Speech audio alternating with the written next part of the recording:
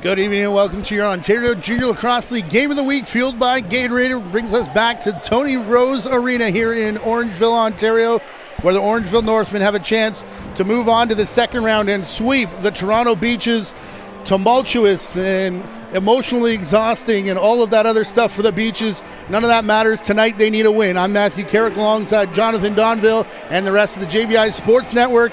And two series that could finish tonight. We're looking at Brampton and Mimico as well, but here on this floor between Orangeville and Toronto. Yeah, a lot of eyes on this series, Matty, around the country. Beaches with their backs against the wall, but what a familiar position for this team. They've had their backs against the wall, for a month now. Looking to make history, Matty. By my count, the last time a reverse sweep happened in the OJLL 2009, that was a legendary series. Actually, the Orangeville Northmen coming back from 3 games down, winning in 7 games over the Brampton Excelsiors. Yes. Beaches looking to give Orangeville a little bit of the taste of their own medicine. Lost in all of this is the fact that the Orangeville Northmen thought they were Minto Cup bound last year on the heels of a perfect 20-0 season. So this series, as much as it means a lot for the Beaches after what they've been through in the last 2.5 months or so, means a lot to the Orangeville Northmen as well. They can prove it here tonight at home. Cameron Pack flipping a trade deer as Orangeville controls the first possession. Working left to right away from Connor O'Toole. Deer from way outside. That one hits the end boards and will bounce back for the shot clock violation. Thomas Kajzik, as you would expect, getting the start for the Beaches tonight. Matty, 2 things to watch. First of all, Beaches has to get out to an early start here. They were down 3-0 in that game 1. We're down early in game 2 as well. Obviously, with the backs against the wall, they need a hot start here. They need to score first or at least have a good first period here. It feels like if they're chasing it, going to be tough. Greg Palmer back to Collising. He ran over Elijah Edwards, and that'll take the ball away. Riley O'Connor saying he's expecting a big night from number 11, Will Sheehan, the former Oakville Buzz player they picked up just before the trade deadline. Yeah, held off the score sheet in game 2. He's been really good since coming over from Oakville. They're going to need him tonight. Him and Greg Palmer are going to feature large in this game on the right side. From the far side, big high step move from Dylan Sanderson. No Cam Sanderson in the lineup tonight. That makes room slotting in for Cohen Jennings, the only change from the last time we saw this series. Yeah, I don't hate that shot from Petterkin, trying to get himself involved early in this game, get the transition game going. Orangeville's won the transition game. Look for Aiden Long, 27, in the black and silver tonight. He's scored in both games as a D guy. Liam Bucknell, an extra slash there through the middle. The arm of the official goes high. That's Brendan Hessen in the corner, out there with Mike Melville and Chris Williams. Here's Joey Spolina, sidearm shot. Falling on top of it is Kajzik. Can we get our first penalty of the game? And it comes to the side of the Beaches. Yeah, first big save there for Kajzik, and he's up to the task. Aside from who can get out to a faster start, Matty, their story so far in this series has been the play of Connor O'Toole. We didn't call the game at Ted Reed, but reports I heard said that O'Toole really stood on his head in that one. He was obviously really good in game 1 as well. Can Beaches find a way to solve the goaltender? That's going to be something to watch. He's been phenomenal since coming over in that somewhat surprising trade, I think, right before the deadline. Came out on social media about 11:30 p.m. or so. As Spolina behind the back, Bowie Horseman, part of that trade as well, former Brampton captain. Here's Liam Matthews that bounces it just wide of Kajzik. He goes up into the screen. Matty, something else I'm noticing here early, Hamish McPherson coming out the O-door. Now you may say, what's the newsworthy about that? Playing a lot of defense. In game 1 was playing pretty much exclusively defense. Credit to him, a guy who can do a lot of different things. But number 2, Maryland Terrapin product for Beaches, back out the front door, hoping to give them just a little bit more juice here. Here's Sheehan looking to feed Willem Firth in front, and O'Toole makes that save. If I'm Beaches, I love that. My thought process for the Beaches, throw them inside. Throw the ball inside. The outside shots are going to be hard to come by, so take the chances, throw it to the cutters. At least if you catch it, you have a good chance at it. Here's Spolina down by the crease, was trying to feed it through to Liam Matthews, who was open, and David Peterkin there to break up that play. Had to hurry to get it across center. Does, and Owen Wills. Coming now to Spolina behind the play. Him and Caden Hewitt were involved. Spolina doesn't like it. Neither does Rusty Kruger. But the penalty has expired here, Matty. So we should be Beaches hasn't yet expired. We're just talking about the clock. Yeah, it didn't go up on the clock properly. Collison playing back here to Firth right at the shot clock and kicked away by O'Toole, but up out of play. Andrew Suter wants to know how much time is left. So that's pretty well done there by Beaches to really milk as much time off the clock there. They get basically a free possession. They take it right down to the wire. Hard to tell from our angle here how much time will be on the clock. But Kazik looks like he's going to be in, so expect a 4-on-4 possession. We'll see if Beaches wants to play it out 4-on-4, if they want to wait for the 5-on-4 scenario. Spallina still not sure of the call as we debate and discuss what's going on over there in the penalty box on the Eric McDonald penalty. As we set off the top, Mimico at home tonight against the Brampton Excelsiors with a chance to sweep that series as well. 2-0 in favor of Mimico. Our crew will be in St. Catharines tomorrow night, where the Athletics have a 2-1 lead in that series. However, all won by road teams so far in that one. Crazy. A lot to be decided before we make that trek down the QEW, though. Here's Collison. This is 4-on-4. Donnie Scott got a piece of him, as did Cameron Pack, and Collison getting nothing on that shot. Eric McDonald looks like he's ready to come out of the box. 16-18, Maddie, we're hearing. So 12 more seconds, 10 now on the penalty. So Beaches will have the power play. Big thing here, you got to control the rebounds here. Obviously, you got to stop first and then control the rebounds. Maximize your power play. Trade here to Bowie Horseman. All tied up in the corner was Liam Matthews. That's Liam McLeod, one of 4 defenders slotting in tonight, including Jacob Kazik, the younger brother of the starting goaltender, and Owen Vivian. Feels like a really good start for this Beaches defense, Maddie. Just better ball pressure, better energy overall. You know, they got nothing to lose, right? They're playing with house money at this point. A lot of folks want to see them, win this series, as Firth gets a pretty good look. Sheehan to Collison, who's up top. That big head fake is the trademark for Sheehan. Went low, went high, and as you said, shot couldn't find the big hole that was there. Just a better start overall from Beaches, though. It felt like Orangeville pounced on them in game 1. They've been dictating most of it here, as Long and Teep will continue to be dangerous. Not full-time offensive players, but they can both capably finish the rock. Long tries to do that from way outside. Bucknell and Trey Deer in a bit of a shoving match here. Bucknell is going to stay on to take it across center with 20 seconds left here in the penalty. Greg Palmer to Sheehan. Strong right here. Interesting look with Firth on the crease. Peyton Booth. Look for him to get involved here. Booth, Sheehan, and Palmer, the 3 righties. Collison and Firth, the lefties. And it's Collison who works down to the crease. Cross-crease pass was there. Ciapara broke it up, and then a crease violation against, looked like Liam McLeod, who might have been right on top of O'Toole. Yeah, 2 things there. Great read by Ciapara there on the up pick, trying to get to Firth, and then scrambling back to Collison. And then Firth, a couple good looks on the crease. He's not going to miss those much, Maddie. He's been around the goal a lot here. That's a great sign for fans of the blue and yellow. Another former Oakville Buzz player, Brian Jackman, getting the return pass from Bowie Horseman. Lost his stick as he was trying to cut back around Eric McDonald, his former teammate. He can score these. And now McDonald goes in on Horseman. Shot there and sliding through the crease.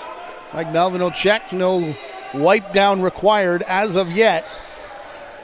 But it is a hot one here. It's been humid all day. We had record-setting rainfall earlier today in the Ontario area that caused some flooding in downtown Toronto and other areas. Spallina sidearm shot on the run, and that looked like it fooled Kazik, but he did catch it on that left leg.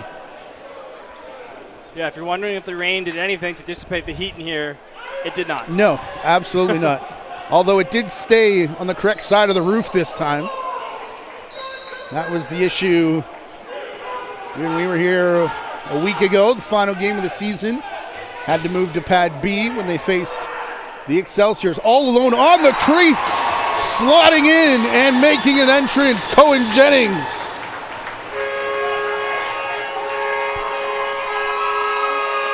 This one hurts if you're the Beaches. This is just a busted coverage, blown assignment. You're going to see Jennings just get lost in the fold here. It's going to be off screen, but he just ends up wide open.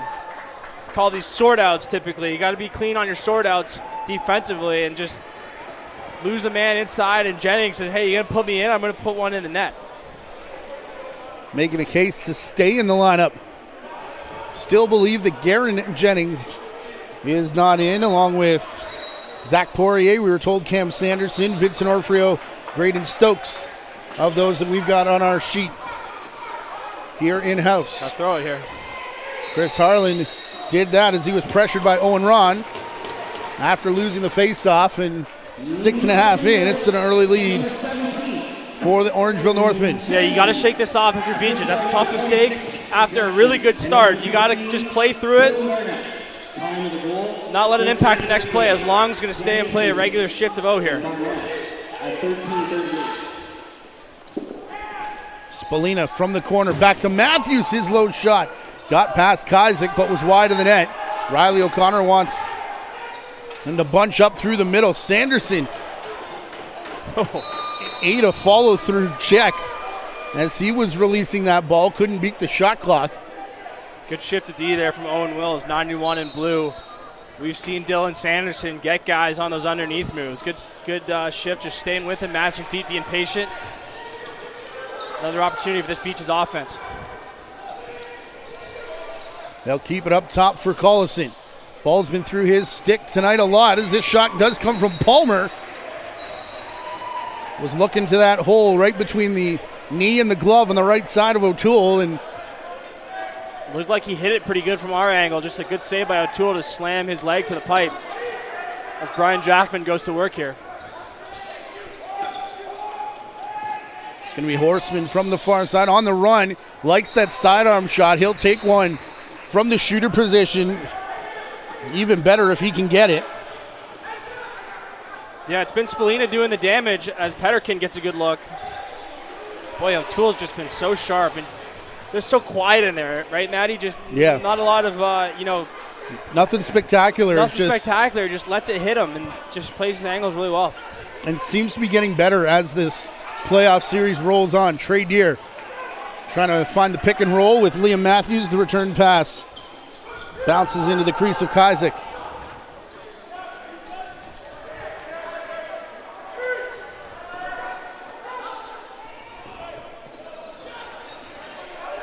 Over the top, Peyton Booth. This is a good matchup for Beaches here. Waits for Hunter Lubinecki from the outside. Collison's shot handled by O'Toole. Dante Bowen. Yes, he's aware that those are not matching colored shoes. That comment always shows up at some point during the game. Did switch for, I think, one period or so to just matching reds and not feeling it. Out to the outside. Ball returned to Liam Matthews. Looking to give to Horseman, who's alone on the crease and just missed. What a finish to that play for Owen Wills. Probably not a great idea sliding up floor like that, but hustles, stays in the play, and gets the check on Horseman to negate that really good opportunity. Beaches have it in the corner. It's Will Sheehan. Help coming off the bench in Lubinecki. No Collison on this shift, as it's going to be Hamish McPherson. He finds Willem Firth. He's got no room to shoot, so he goes to Lubinecki. All alone on the crease. There was Booth, and it just hopped off the head of his stick. Booth was wide open there. They just couldn't find him in time, and they couldn't complete the pass. It's a good look, though, for Beaches. Meanwhile, Brian Jackman has it. He'll flip it up top to Trey Deer. Also out there is Nate Ruff. Jackman slipped his man and was in all alone. But again, another pass that can't find its mark. Yeah, maybe a little bit of nerves here too, right? A big game. First opportunity at elimination is McDonald's going to draw a penalty. He does that so well. Yep. We talked about how he can step up in transition, but when he's offensively, usually ends up either in the back of the net or with a penalty. Yeah, he's a guy that played offense earlier in his career for the Oakville Buzz. Low shot here from Sheehan. The official has the shot clock count down on the floor, and finally it runs out, and we'll get the holding call, the second power play of the game for the Beaches upcoming. Neither team scored on their early opportunities. I've been mentioning it throughout the playoffs too, but McDonald's, he's got the green light. It's very clear that this staff, from the moment they traded for him from the Oakville Buzz, they let him know that they want him to score. And I love that Beaches has taken a few more chances in transition today. Petterkins had a couple good looks. McDonald's had a couple good looks. You know, they didn't go in, and transition shots always look kind of average when they don't go in. But I just love the kind of idea that they're dictating. They're going they're taking chances. They're giving everything they got at this Northmen defense. Look at the ball movement here. Palmer trying to find McPherson over on the crease with one final one. Bounces away from them and Collison, to your point. 1-0 where it counts on the scoreboard, but shots now. That's the 10th one put up by the Beaches to just 5 for the Orangeville Northmen. Boy, I don't know if it's a call from the bench or if just Donnie Scott is reading it, but we've seen him jump up and play those on Sheehan all series long, and it's been really effective. It's a super risky play, but it's worked out every time that I've seen it for the Northmen. Here's Matthews, finds Spalina in the middle. That sidearm shot finds Kaisik, and then comes in with the big swing of the stick. Hewitt again didn't like it. Yeah, I think Spalina got away with one there. He got a pretty good slash to the leg, but he's going to take more than he gives in this series, so referees maybe giving him a little bit of leeway there. I don't care how long this series goes. I think he's already taken more than he's able to answer in what's left of 2.5 periods here, and perhaps 2 more games following this one. Good defense there. I like the look from Beaches looking for Firth going through the middle. Just good D by the Northmen, who are going to be able to kill off most of this penalty. About 15 seconds will remain, just enough time for Beaches to get up, probably not play much of a power play. Going Jennings over to Spalina. Joey Spalina, Brian Jackman. He'll run and take on 2 defenders and still score.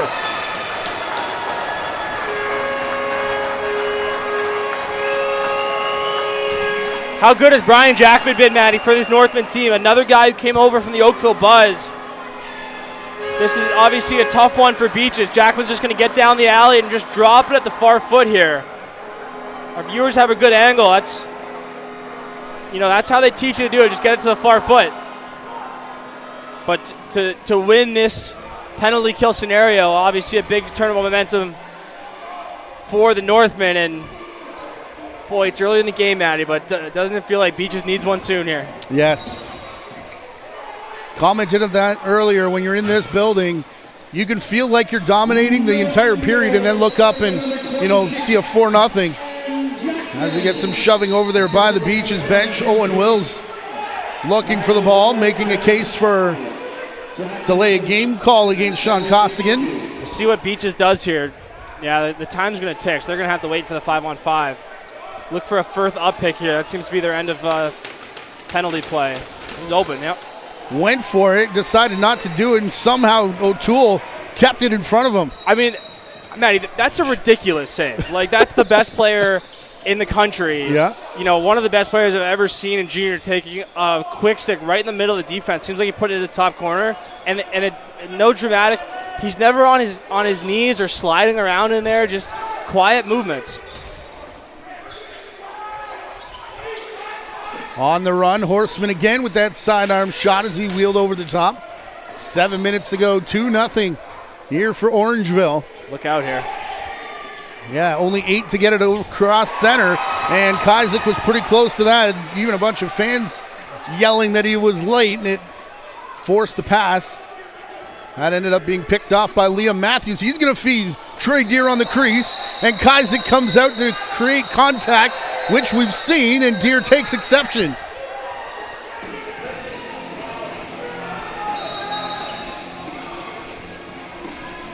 Eric McDonald's got a hand of someone's face mask. It's Jackman, and I think those are going to be the only penalties coming out of this. 2 guys who are teammates just a few weeks ago, Matty. Shows you what the OJLL playoffs will do to people, but I mean, you called it. We've seen it all throughout the playoffs. He'll come through Kaisik's crease. He'll do it himself. There was nothing through that entire sequence until the former Buzz teammates got tied up. Seems like Trey Deer looks like he's going to the penalty box now. Oh, that'll be the only one on the board. I don't agree with that if they're calling that interference. I think it was for the shove after. Okay. I think it kind of sorted out, and then he gave Kazik a shot there. I mean, goalies are obviously going to get protected, and they should. I'll take that call, but it was quite obvious who was the instigator, I think, in that exchange in the crease. And I agree with the no call on Kazik, by the way. Yeah. Sheehan to Firth. Beaches to their third power play already here in the period. Trying to return it back to Sheehan. He was knocked off his feet. And there's Donnie Scott jumping up to blow it up again. Look out here. Leads to Aiden Long in transition. And again, Kazik comes out and throws the leg at Long. And everybody responds as if it was Long's fault. Oh, it's a tough one. It's a tough penalty for Beaches here. It looks like Collison's going to go off.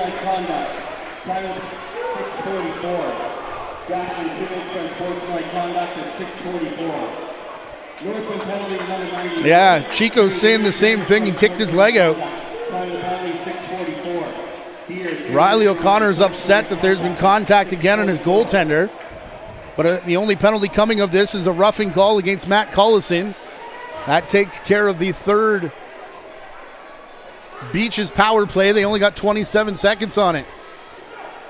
You got to be careful of your Beaches here, right? Obviously, it's starting to get emotional in this game. You know, you got to just keep playing the scenario. It's obviously not the best timing for a penalty, but when you see someone go into your goalie, I understand. It's a natural reaction. It's what you want guys to do when guys are going into the goalie. Here's Liam Matthews. Look out for Matthews in the ISO here. A lot of space. Fake the pass, then gave to Spalina. Owen Wills, though, went right with him, and that ball ends up underneath the Kazik. Back up the near side. Jennings took away Caden Hewitt's lane. Hunter Lubinecki. Another penalty coming.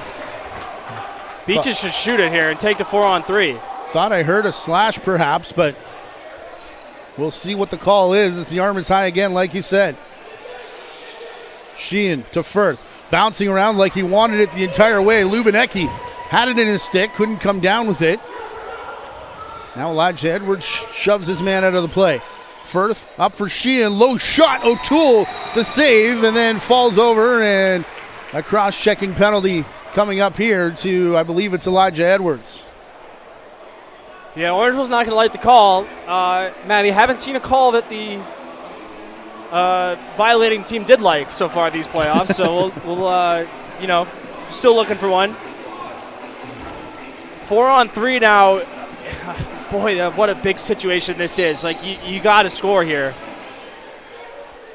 Looks like Pack is going to be the difference maker here, trying to get up and play between Firth and McPherson. Ooh, off the crossbar, and that one nearly coming right at our cameraman, Gary Morrison. Firth is all around it right now. Sheehan to Firth, down to Palmer, looking quick stick. Couldn't get it to work on the far side. Now back in full splits mode made by O'Toole. And there's a flashy one for you. Donnie Scott couldn't pick it up cleanly. He was dealing with Palmer. And Hamish McPherson recovers the possession. Penalties coming out in a second. Firth to Palmer. Sheehan straight down Main Street. And look out as Long comes out of the penalty box. And as it bounces back towards the crease of Kazik, they get the over and back. That certainly could have been delay of game. 4.5 to play here in the period. 2-0 Orangeville. Very reminiscent of how this series has gone so far. Spalina gets it through Kazik, the bouncer.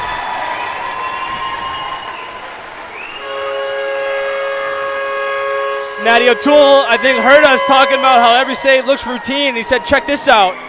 We're going to get a great shot by our crew here. It's going to go Palmer, McPherson, Firth, and then back to Greg Palmer.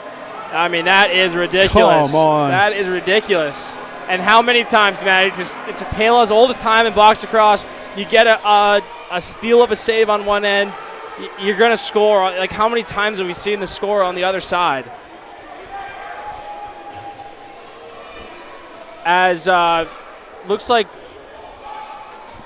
yeah, so Beaches is going to go back to the power play here. 5-on-4 power play. Big face-off here, because if Beaches can get it, they'll be on the power play. Good play by Pack. Pack recovers it. Back for Cole Teeple now.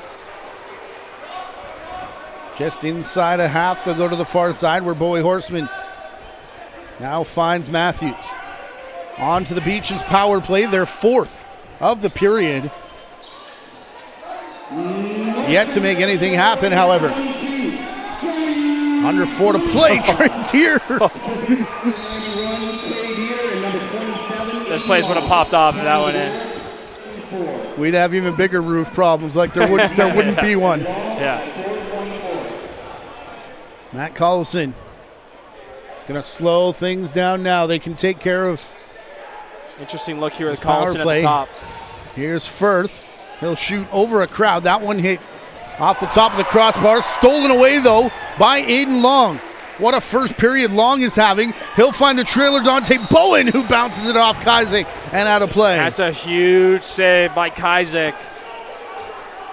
You know, a lot of good defenders on this team, Maddie, but it seems like in these playoffs, Bowen, Long, and Scott really separating themselves as just dynamic players that can get out the floor. Donnie Scott in tremendous back half of the season and start to the playoffs. Here's Trey Deer shooting from up top. McDonald got on his hands, didn't get a lot on the follow-through. All kinds of contact and players going down, including Dante Bowen in front of Kazik. 3 to play here in the first, 3-0 in favor of Orangeville. As it comes back to Cohen Jennings, already has 1 in this period.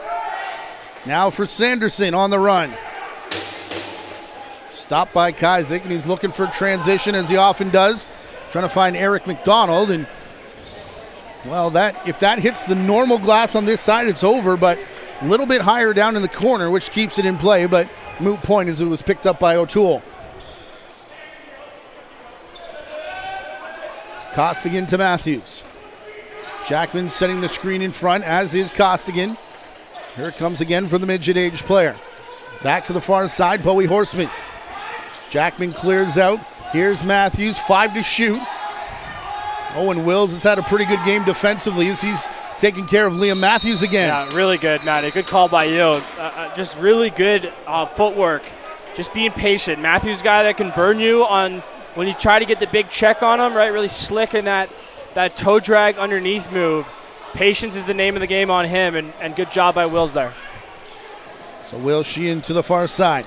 Comes back to the rookie, Peyton Booth. He gets pushed outside, so he'll send it back into the corner. Under 10 to shoot. Lubinecki to Firth. McPherson looking to create space. Now it comes back, swim move, turning and firing Sheehan from long range. That one did just beat the shot clock, but the rebound here picked up by Cole Teeple and the Northmen. Yeah, excellent possession there from Orangeville. At one point, almost everyone on the floor was close to the restraining line. You know, not breaking any news there. That's good for the defense. Trey Deer to the outside. Spalina spins back.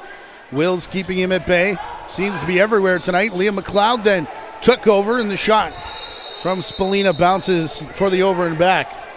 Orangeville looking for a reset, not going to get it. Hard to tell from our angle.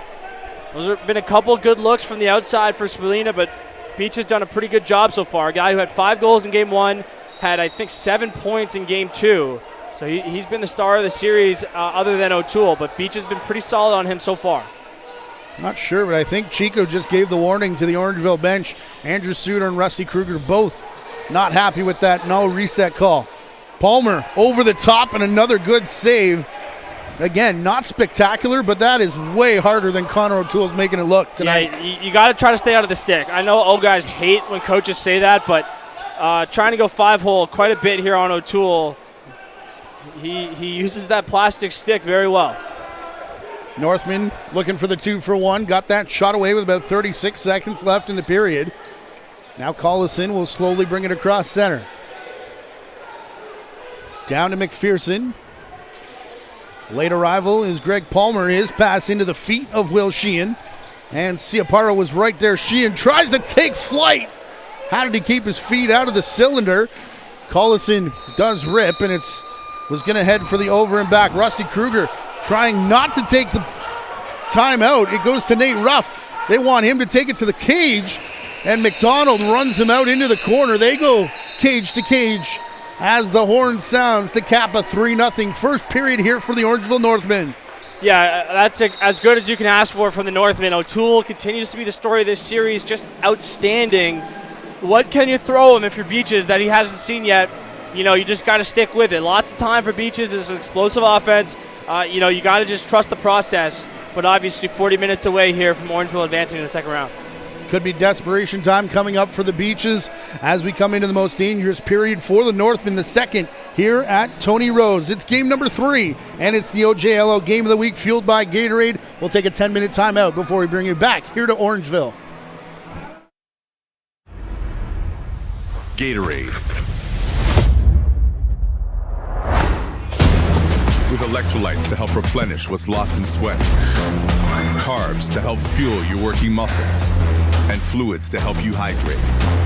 Scientifically formulated so you never stop competing. Let's go, raise up one time, go get it, it's yours, let's shine, come on. Rehydrate, replenish, refuel. Get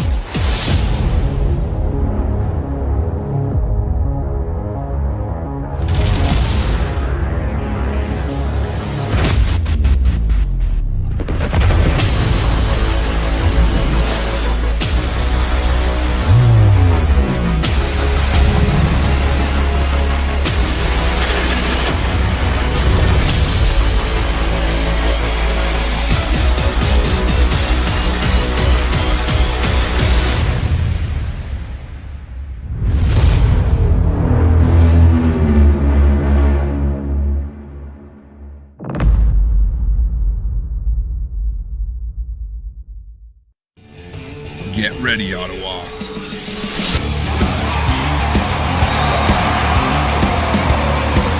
Box lacrosse is returning to its Canadian roots and giving the nation's capital the team they deserve.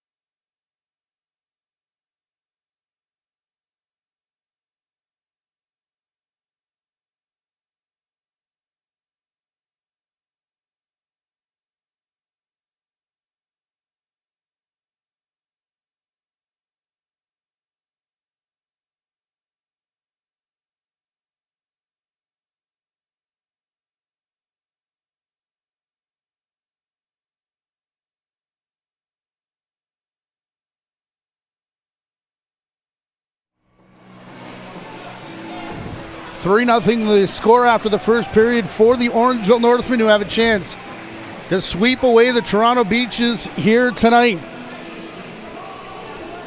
Goals in that period from Cohen Jennings, Joey Spallina, who has 2 points, Brian Jackman also 2 points. Assist to Trey Deere, Aiden Long, and Colm Barnett. Shots favoring the Beaches 19-14 as well. The game in Mimico, by the way, game number 3 of that series. Mountaineers a chance to sweep away Brampton. Told it was delayed about a half an hour due to the storm that passed through this afternoon. Some flooding issues, meaning some people had a bit of trouble getting in. So that game started just a few moments ago. And Brampton is up 1-0 already in that game.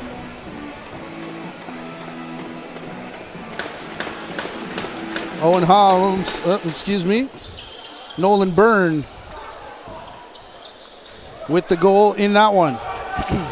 Maddie, I think if there's one really positive sign for the Northmen in that period, besides the play of O'Toole, it's that you're up 3-0 and you haven't got goals from Spallina, Deere, or Matthews, right? Unless I'm getting one of those wrong. Nope, you are not. So you're winning the goaltending battle so far. You're winning the secondary scoring battle as Booth gets a good look. Another save by O'Toole. So they go to that rattle, call that a rattle look most times. Trying to kick it in the corner and then run someone off a seal.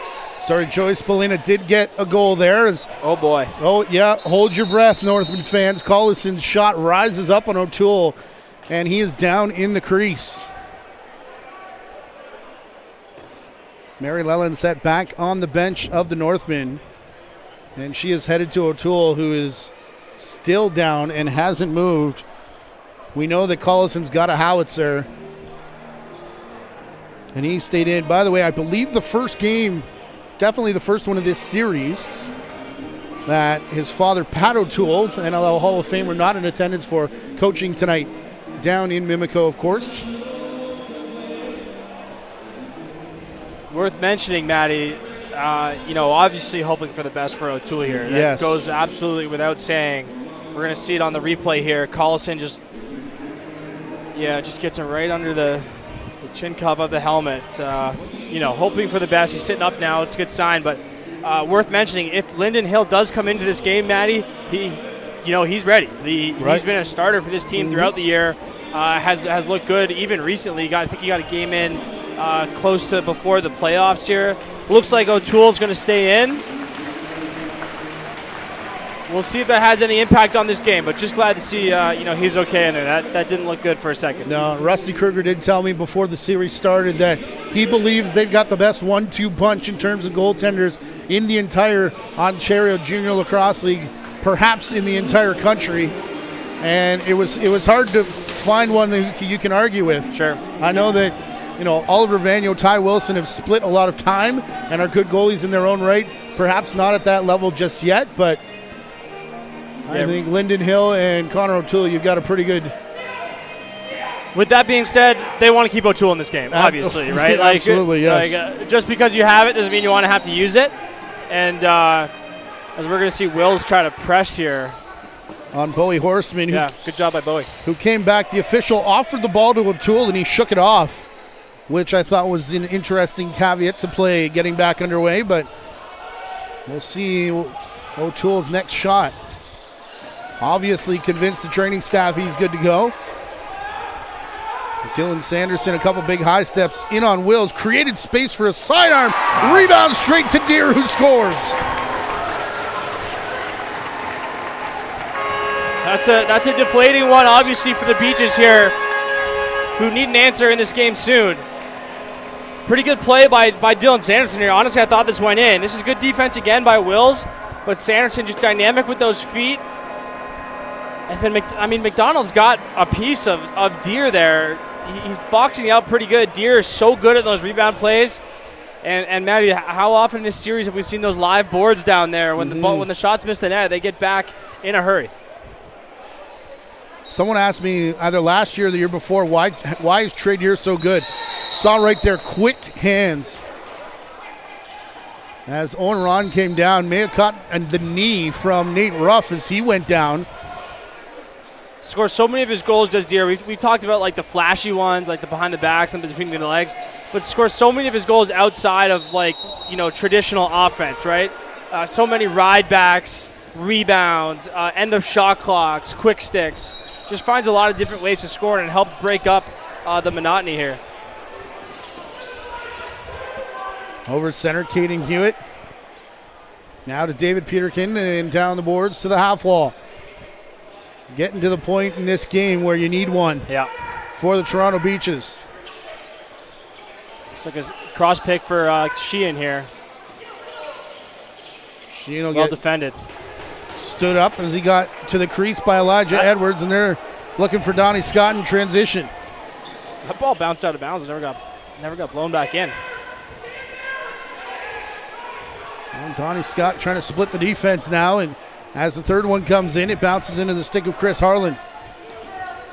A 3-goal deficit you look at and go, okay, that's not too bad. 4 gets scary. 5 in this building, I don't know, man. Just the way the game is going, right, and the way this series has gone. Yes. This is not going to, it might be, but probably not going to be a 14-13 game, right? We're probably playing a race to 8 maybe, a race to 10 at best. So every goal you go down just gets a little bit harder to get there. Well, reminder, in this series, 12-8 won it in game number 1, 10-6 won it in game number 2. When the offense starts to cool off, the longer you go as McKay comes in and bounces it through in transition. Just as we're talking about it, Beaches come in with the answer. And that's what they needed, Matty. They just needed a play. McKay goes and gets one for him. A pretty good look for Spalina. This is really the key. Gets the ball and gets right through the check. Something to monitor, Matty. That's the first good look they've had since O'Toole was shaken up a little bit, right? Something to just kind of keep an eye on as it squeaked through the 5-hole. McKay, the younger brother of Ian McKay, Chaos Bandits NLL champion, making a big play for his club there. Owen Vivian getting a chance at the face-off dot here against Ron, who won it fairly easily. Back to Dante Bowen. Prior to that goal, Collison did have a shot that was another rifler that went high over top of everything. But other than that, you're right, that's the first real test for O'Toole since we saw him go down. Looking back for Wills, coming across the floor, intended for Sanderson. It's picked off, and he's going to posture up on Caden Hewitt, who comes in and scores. Owen Wills is fired up at that goal, and so would I. As Hewitt gets it. Again, Matty, I talked about in the first period, them pushing the ball even when it's not perfect. This is an example, right? 2-on-2, not an absolutely ideal scenario, but Hewitt is just going hard. He's taking chances. And, 2 in a row, Matty.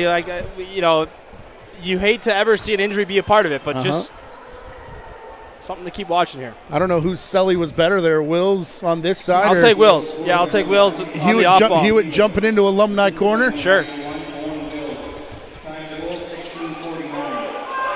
Beach is starting to feel it now and really have not had momentum at all in this series. Careful, though. 4-on-3 here for Orangeville. Donnie Scott's not going to see it. To the outside, Matthews wants to slow things down. He's got Teeple. You can't have a letdown here for the Beaches. You finally have some momentum. You can't let a weak one in from the outside. You can't have a blown coverage or a bad turnover. How about just putting it in the back of the net? Yeah. Liam Matthews, when they need one, they get it from number 7 usually.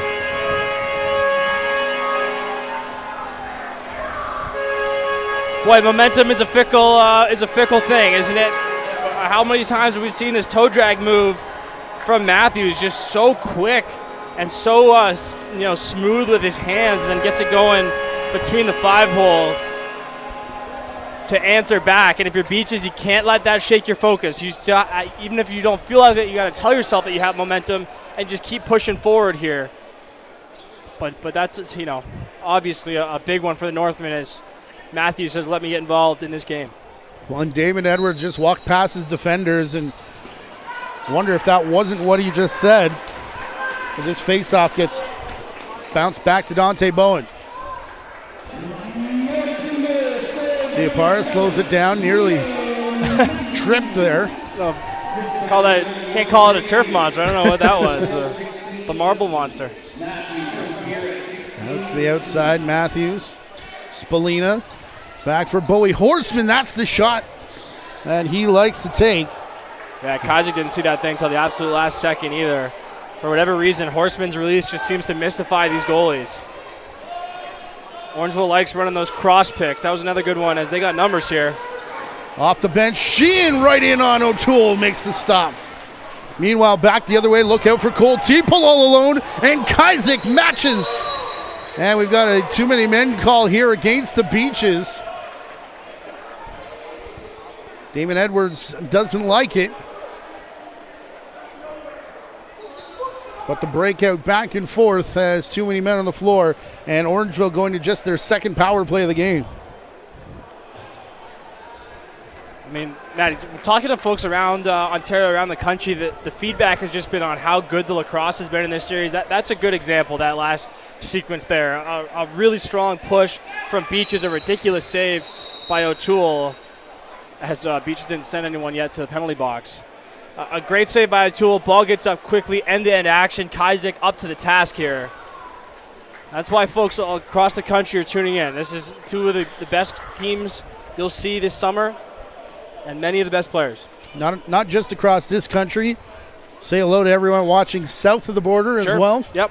Know that when we do these Orangeville games, we get a ton of numbers from our American audience, and we appreciate all you tuning in just as much as those who live in Ontario and elsewhere in Canada.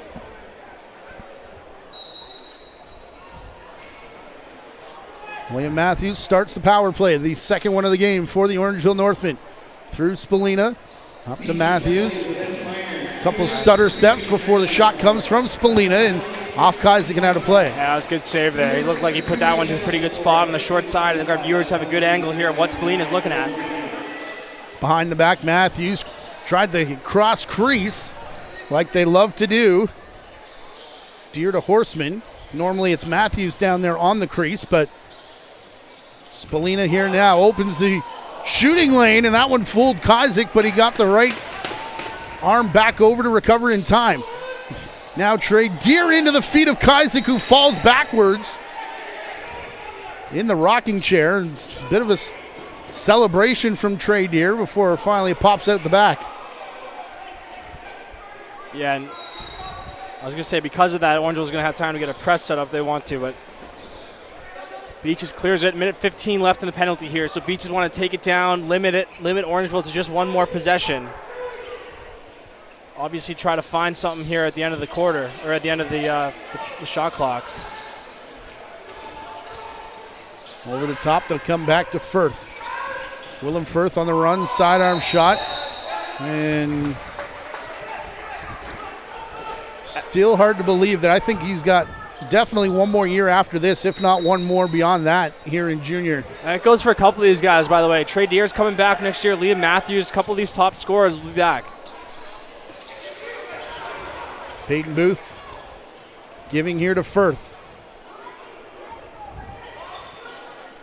I would hate to see what an angry, frustrated Willem Firth looks like next year after losing basically half his points. He was going to win this thing by about 50 before Joey Spallina took it by 4 over Liam Matthews on the final day of competition. Trey Deer to Liam Matthews. Back to Spallina. Matthews again. Spallina fakes the shot. Still no room to get one through. Tries to go back to Matthews. 5 on the clock as it works to Horseman. His little twist on the release got through to Kajik, and he'll handle his own rebound. Bad luck. That's a really good shift and penalty kill from the Beaches here. We're going to fight off this penalty, but you got to get out of the possession. Spallina back across. Matthews waits. He's got Spallina all the way up top. Long range shot in on Kajik. He'll scoop up his own rebound now, and it comes out to Caden Hewitt. Yeah, good shift overall there by Beaches. Keep the momentum going as best they can here. Still sticking around, just 5-2, lots of time. Sheehan to the outside boards. Firth from his wrong side and way outside. Again, they're looking low on O'Toole. Hasn't worked much this series. I mean, they've looked everywhere, right? They've hunted, obviously, the top corners. It's a bit of a lazy analysis by me to say stay out of his stick, but that's kind of an old coaching point. Spallino will put this all the way up top and over top of Cole Teeple. Look out, this is Collison here. Into the hands of a young fan. Here's Collison, sidearm. Teeple was running his hands, and Bucknell went for the shove instead of the ball, and lucky for him, there was no over and back call. Collison go to the goal. Goes to the far side instead. Firth got tugged on by Bowen, fights through it and scores. And has a word for the big man.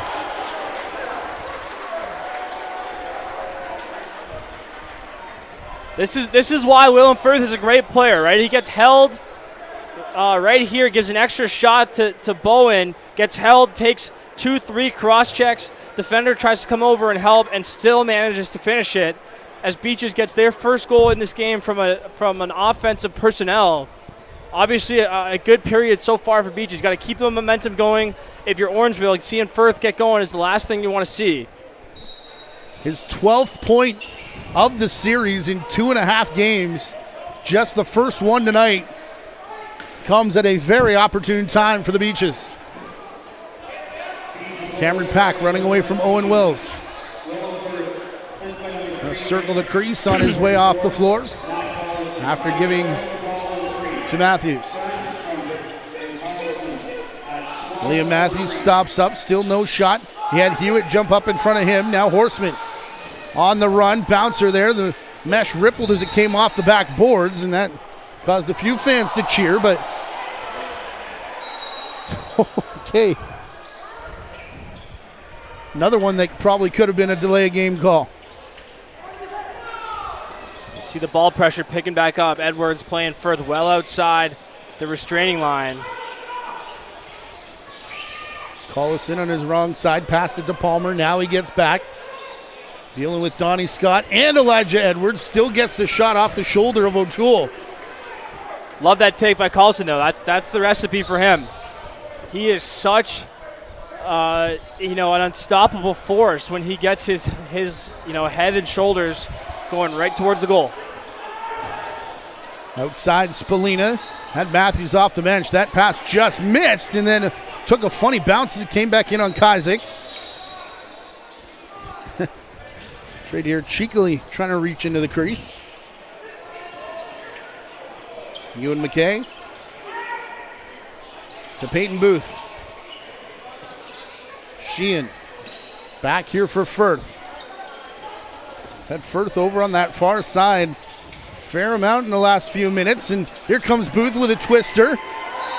Looking to pick it up through the crease. Got run over. Aiden Long taking down Hunter Lubinecki, and it'll stay with the Beaches. I thought they were sending that thing back. I thought they were going to call that on Lubinecki, but more good shifts from the Beaches. And again, Matty, it's throwing those passes inside, right? The outside stuff on O'Toole is so hard. He's just seeing the ball so cleanly. They throw it into Firth when he's not, wide open. It's a goal. Firth throws it in there to Lubinecki. What do you got? What do you have to lose, right?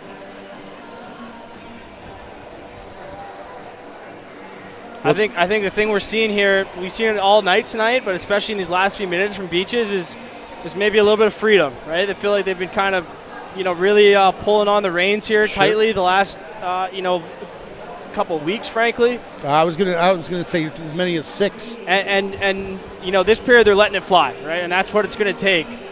The old saying goes, fortune favors the bold, right? You got to take your chances. You're playing in an elimination game in Tony Rose, right? A building that has really been a proving ground for champions, whether they're playing for Orangeville or not, right? If you're, the likelihood is over the last decade that the pathway to a Minto Cup from the East Coast is going to come through this building. So, what an opportunity for all these players, and glad to see Beaches really letting it fly here. This is going to be an up pick for Firth, I think. Collison, McPherson, Sheehan turns and fires. What do I know? Rebound bounces right back to Dante Bowen. That doesn't mean that's not what it was supposed to be. No, it wasn't. I've seen a couple of those, called them correctly, so getting ahead of my skis there. Your record's still way better than mine. Don't worry about it. Here's Horseman up top. Collison stuck on defense here. William Matthews behind the net. They work out to Spolino. Cheeky little backwards flip towards Kazik, who was in right position, more than made the save on his own. Owen Wills across center as we pass the halfway mark. 5-3 for Orangeville, who have led basically the entire way. Now Palmer makes it a 1-goal game.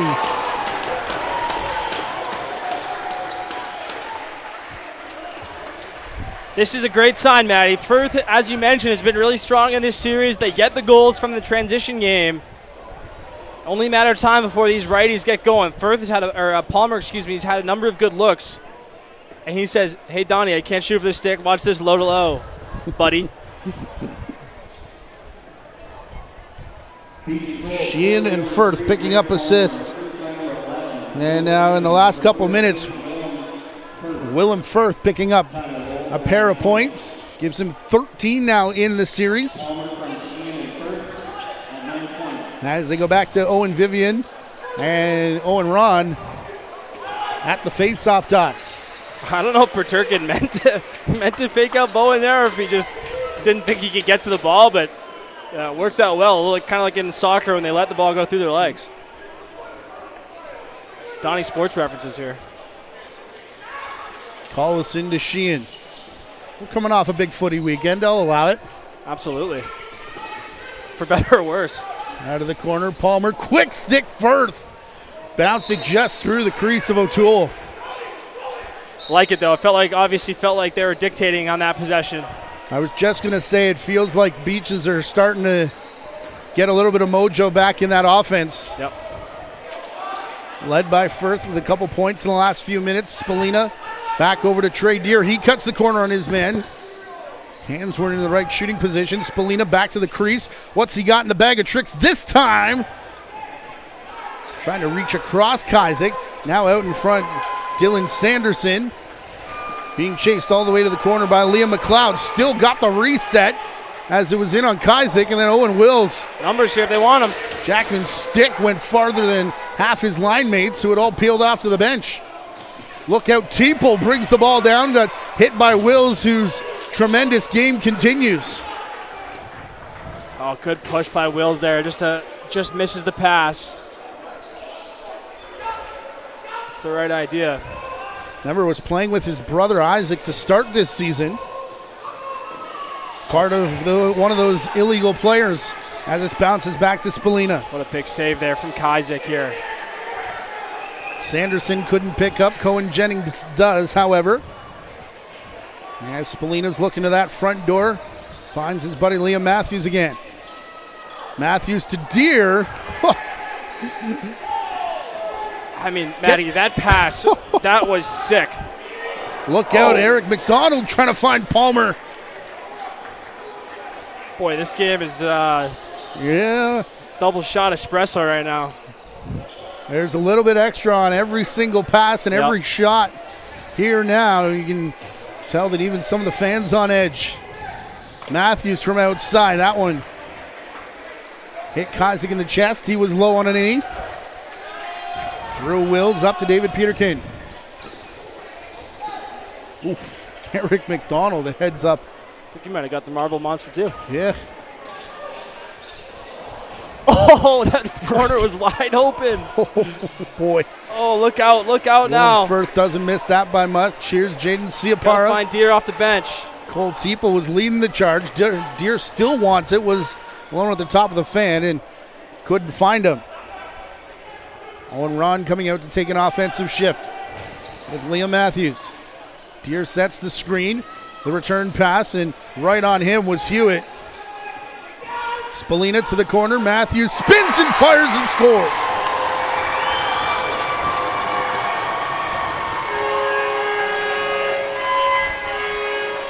This is a backbreaker. Not a backbreaker, but this is a tough one for Beaches. They just really felt like this is their best stretch they've had all series. And Matthews, you mentioned it, Matty, how many big goals has this guy scored? Just ice in his veins. It's simple but not easy, Matty. He puts his foot in the ground, he's in the low angle instead of settling for an average shot, puts his foot in the ground, works back upfield, something you see field lacrosse coaches talk about all the time.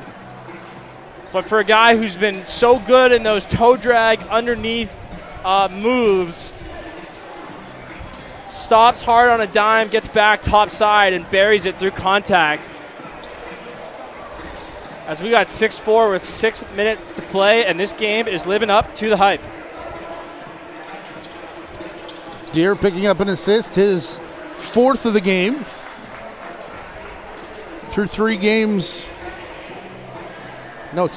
playoff games, 16 points for Spallina, who now has 3. Give him 19 in the series through, 2.5 games? Yeah. Gross. Yeah.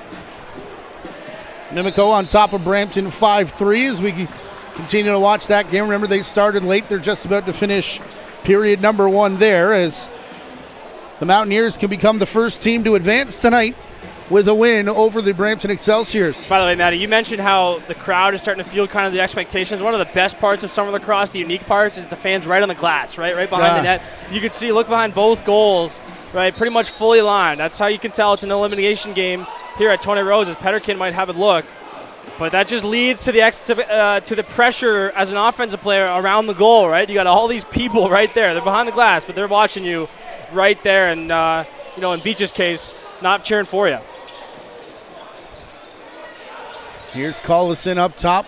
Couple players circle around the crease. It's Lubinecki that caught it. Palmer I don't know if he was faking like he did or his momentum just carried him through, but O'Toole had to be sharp to make sure he knew where the ball was. Collison stuck again here. We'll see if Orangeville's got to go at him here, at least tire him out. It's a favorable matchup. Old Tipo, Spallina. Collison backed away to let his defense take care of big number 22. Now Matthews. Stepping up by Jacob Kajzik, Shot did get in to brother Thomas, but not before the shot clock expired. Credit to Collison. When he gets back there, he does the right stuff. Gets his stick horizontal, cross-checks, and hangs in there for his team. Those can be big plays in these close games. Little Sheehan on the crease. Little twist shot. Sheehan hunting for his first one in a game that could be his last, right? Starting to get that storyline to come into your mind, too. Some of these graduating players, a fair number of them on both benches in this series. Dylan Sanderson, a high step. Horseman makes space, and Sanderson scores. Where have you heard that before in this building?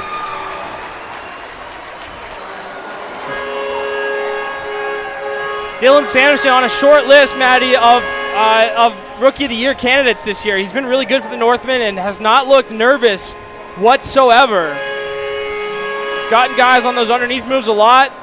He's just really quick at the point of attack, and then kind of reaches his stick around his defender and kind of rings it back to the short side there.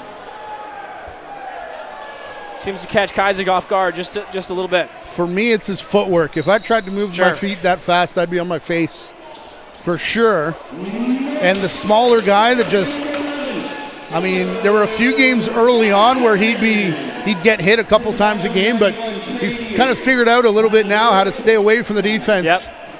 And doing so without being fearful at all, right? Right. Avoiding the big checks because they're not conducive to goals, but not shying away from the contact at all. Speaking of, Sheehan takes it right to the net. He did, but meanwhile, Siapara got a piece of Greg Palmer through the middle. Palmer getting up slowly. Yeah, Orangeville's not going to like that call. Ball's going to come back here. I don't know. I thought it was the right call. If someone's lying on the ground, you got to make sure they're not hurt. Right. There was a thud that accompanied it as well, which I think, if we can hear it up here through headsets, officials need to take a look. You get another wipe down. Well, maybe not. Okay, Orangeville Minor Lacrosse Association got to get out in a hurry. They whistled play back in. Horseman to Spalina. Going winner style here, the music. Over to Trey Deer. Eric McDonald high on him. Here comes the screen from Jackman, who's lost his stick, and that means he can't pick it up. Petterkin's going to seal for him here. McDonald does. Petterkin does seal, and What a save. that was a big stop. Outstanding transition. You can see Petterkin motioning to McDonald there to take the seal. That's great play by Petterkin with the two righties. Looked like he put it to a pretty good spot, too. O'Toole's been up to the task. Spalina over the top to his wrong side. He'll give to the hot hand right now, Dylan Sanderson. Scored the last goal. Cross floor pass. Spalina, the skip shot off the shoulder of Kazik and into the corner. Will's got it away to Chris Harlan. And now Harlan finds a man off the bench. It's Peyton Booth, but O'Toole there to stop him once again. That's Riley O'Connor, you can see from here, has not been happy with some of their transition patterns. That was perfect that time. First guy takes a defender through. Harlan waits, looks off the bench guy just a little bit. Lubinecki gets a good look. What are you going to do? O'Toole's seeing the ball. Gave a few helmet taps as well as McDonald came off the floor the last time. And Matthews cutting in front of Kazik caused the goaltender to go left-right. Now the encouragement on the side of the Orangeville bench as Andrew Suter goes back and forth. Back to Liam Matthews, sheds his man. Hat-trick watch in effect, but it's off the end boards. Trey Deer with the rebound to Dylan Sanderson, 10 on the shot clock. Sanderson around the screen from Horseman. Rebound back to the former Brampton captain who has been clutch since coming here to Orangeville. Starts here with the hot hand of Sanderson. He's feeling it right now, no doubt about it. You can tell when an O guy wants the ball, and that's exactly what 11 does right now. It goes for that same hook back shot to the bottom left corner. Nice save by Kazik. Horseman in the right place at the right time. Boy, isn't it nice to have 21-year-olds who are top 10 scorers in the OJLL as your, fourth, fifth option in this series, and Horseman says, I don't know. Liam Matthews in the box. It was a roughing call. Something happened on their way out of the scrum. I don't know if he gave a shove to somebody, but they're now crowded around Riley O'Connor, who's drawn up a play as we get into the 2-minute warning here. But the goal is going to count, so 8-4 is the score. See what Beaches has here. They didn't take their timeout, so an abbreviated advantage here. But their fifth power play of the game, drawn blank so far. It's Firth into Titan. What a save. This is a recording. What a save from Connor O'Toole. Yeah, the fans are saying, find a new slant, boys. Well, he heard us in game number 1, handing out Goalie of the Year award to Thomas Kazik. Yeah.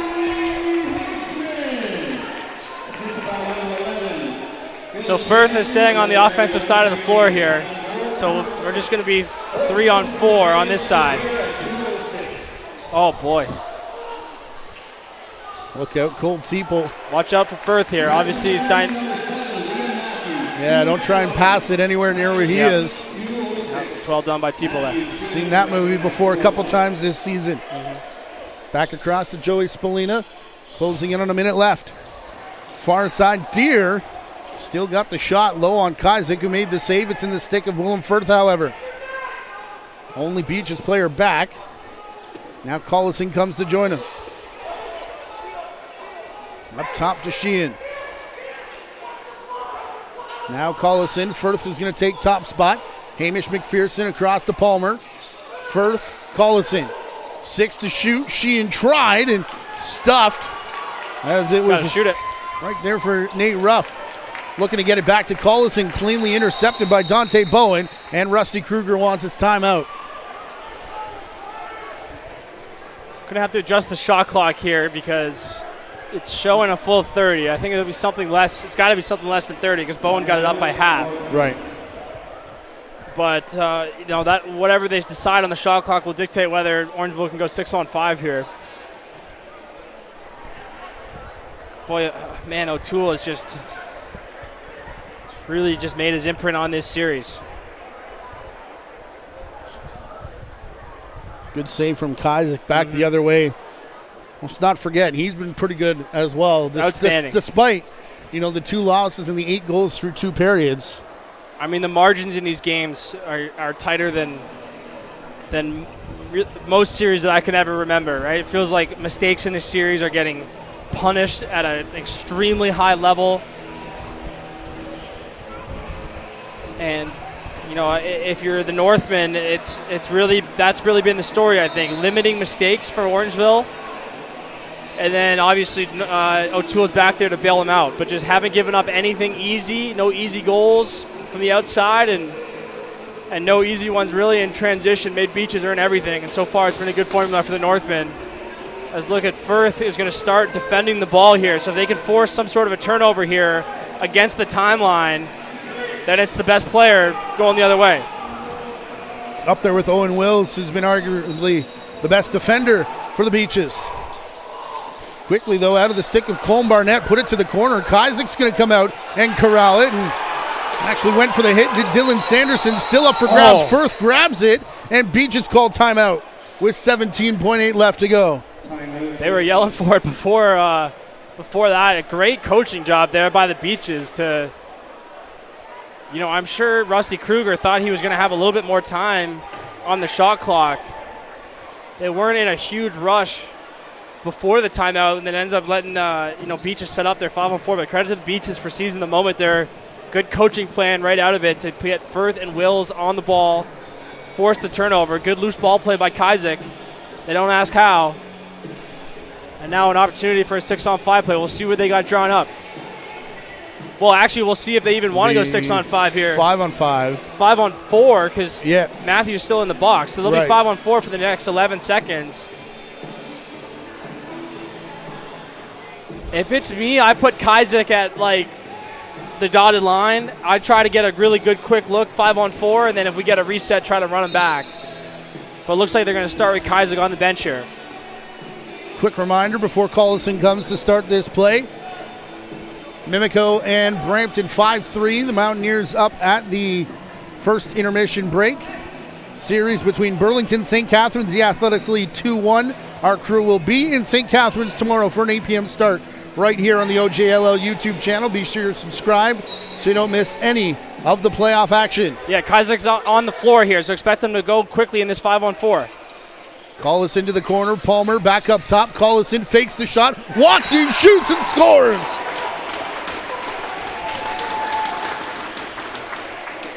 That's outstanding coaching, in my opinion. That's what I said. I would have put him in and played the 5-on-4. I'm not a math guy. I'm an athlete, but 5-on-4 is a statistical advantage over 6-on-5.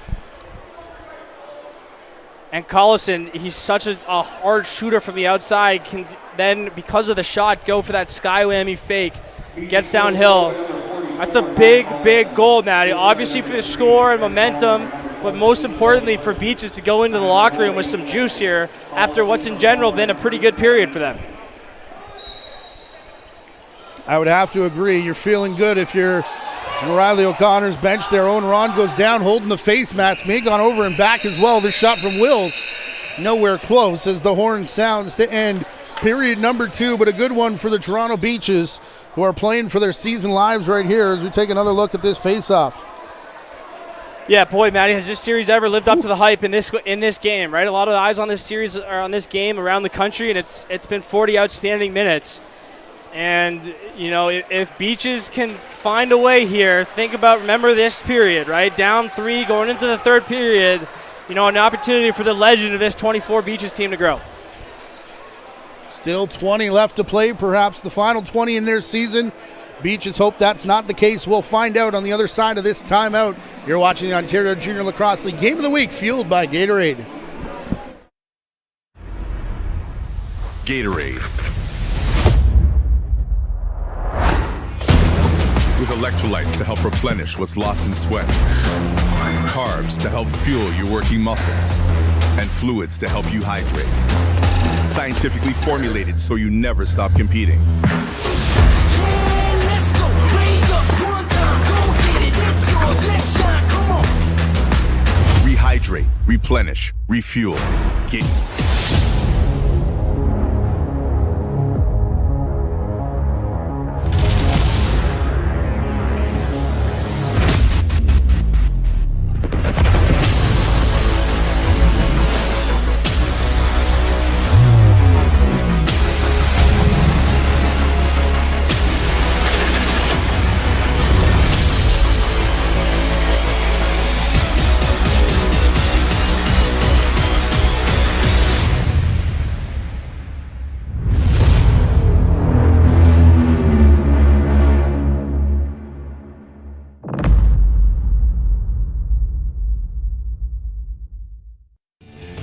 Get ready, Ottawa.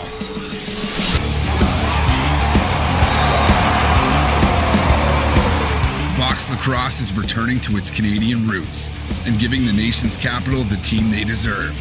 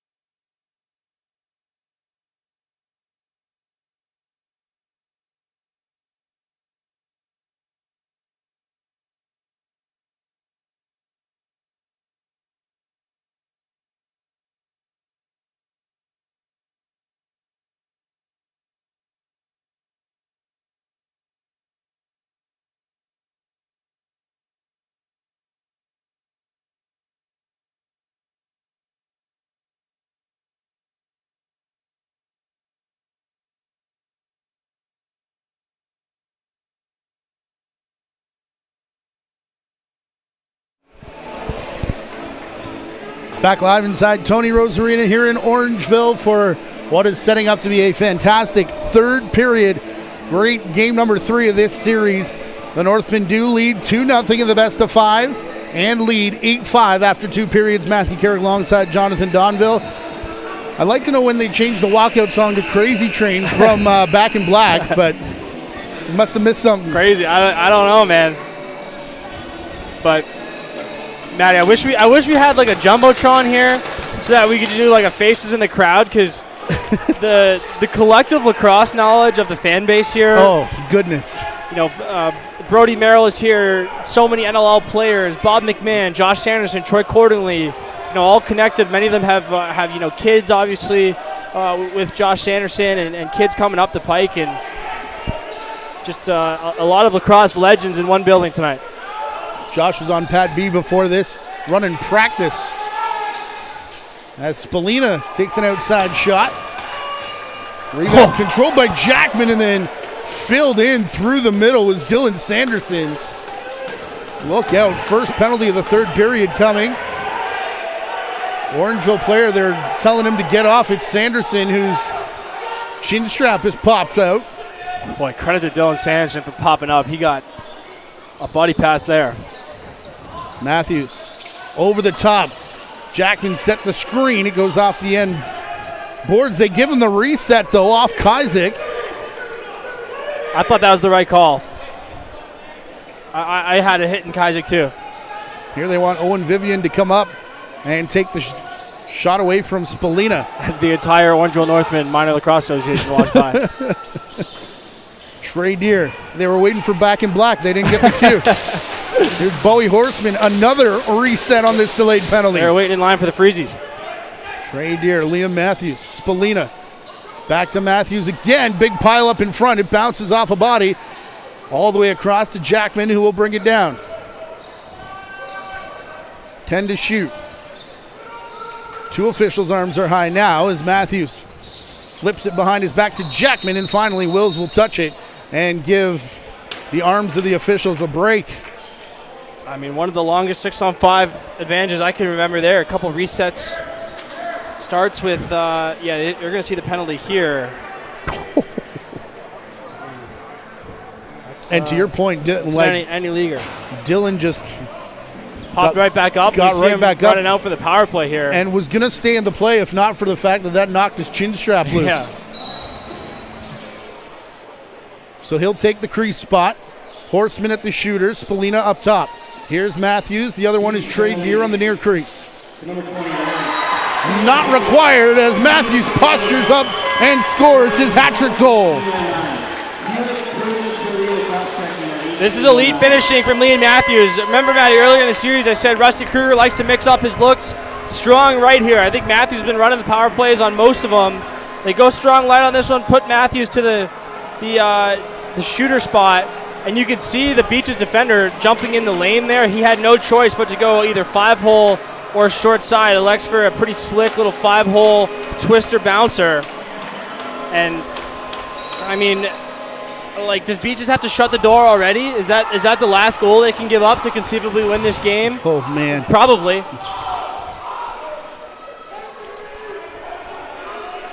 Their scoring output in this series, 8 in a loss in game number 1, 6 in a loss in game number 2. Northmen have already passed both of those benchmarks. Yeah, the other thing is how, if your Beaches, can you increase the tempo of this game, right? You look out here, not like that. No. Dylan Sanderson looks to be all right after that big hit. What a first couple minutes here to this period. Starts with good 2-man here. And then credit to Jennings for a pretty slick one more feed. And Sanderson is waiting on that back pipe. Excellent spacing there from the Northmen. Gets him a tap in. And that one feels like a real heartbreaker for Beaches. Not quite a dagger with 17:26 to go, but in this building with a 5-goal gap, hitting double digits. Firth over top of Cameron Pack. Crowd buzzing. And O'Toole still back there, right? That's the kind of last part of this. We've seen Beaches come back on a lot of teams this summer, including on the Northmen, but the way O'Toole's playing, that's the X factor. Kazik makes the save and then steps up to the top of the crease to urge on his teammates. Caden Hewitt to Sheehan. They've got great goaltending in this series. They've got great defense. Now looking for the offense to match that intensity. But on the ensuing possession, put it right into the stick of Dante Bowen. Yeah, and good job pulling it out, too. I think the slow pace favors Orangeville here. They want to play as much 5-on-5 as they can. If you're Beaches, how can you just inject some pace? I wouldn't be surprised if Firth starts playing more defense, if they start pushing the transition. As Kazik makes a big save. Look out, ball still kicking around there. I explained the crease rule earlier today on Twitter, where if you take the shot and run through the crease while the ball is in there, you're still a legal player here in summer ball unless you impact the play. So with Cohen Jennings contacting with Kazik there, and no ill intent, as you saw, no reaction. That's why that one was blown dead. Here's Peyton Booth from the outside. Ball bounces all the way back up to Collison from long range. Fires it off the right arm of O'Toole, and look out here. That was a big hit developing with Colm Barnett trying to bring it across center. Yeah, what a play by Ron there. Looked like he might get blown up as soon as he picked up that loose ball. Runs through the check, gets it going the right way here. Oh, Ron's had a pretty good night as well. A couple big plays as he's been on his stomach passing the ball off to teammates.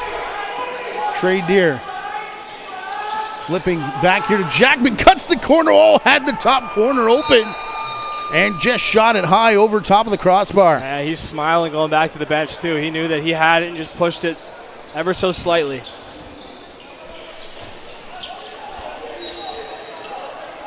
Here comes Beaches again. All the talk all season long about how good their offense has been. First, Palmer shoots over top of Siapara.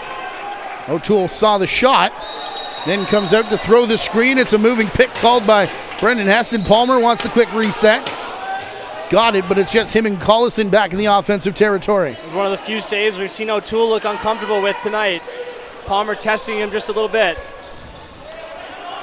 Palmer with it again, goes all the way over the top. Firth back to Hunter Lubinecki. Now Firth on the run, low shot, and O'Toole makes the save, and Bowen will slowly jog it up and across center.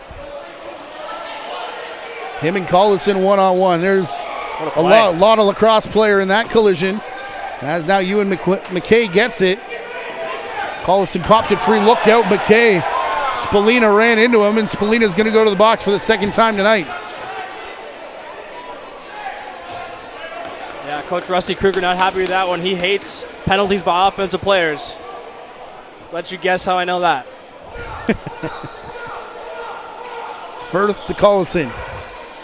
In through the middle to Palmer, and it'll be Spalina that touches it up for his own penalty, and the sixth power play of the night. 0 for 5 are the Beaches coming into this one.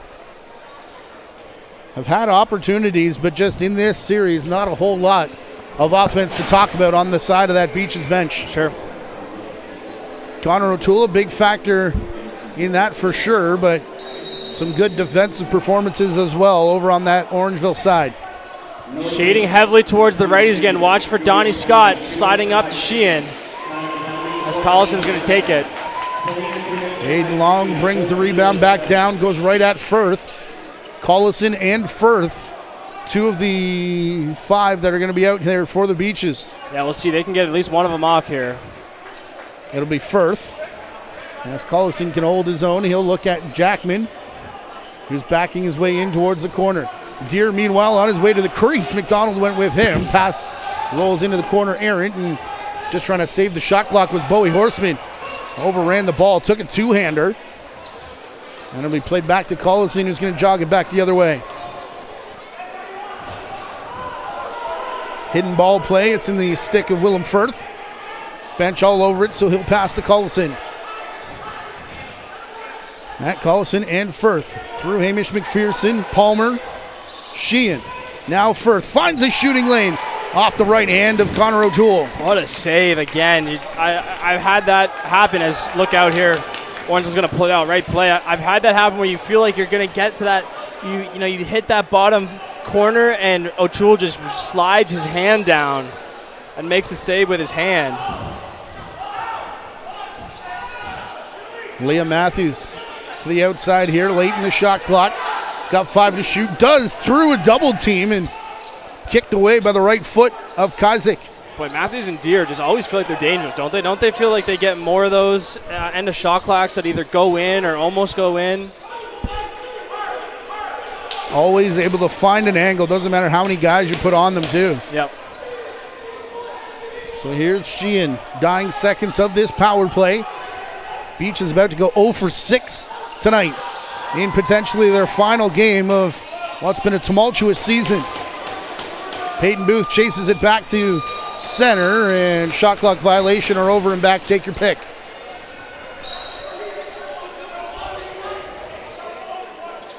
Ryan Jackman.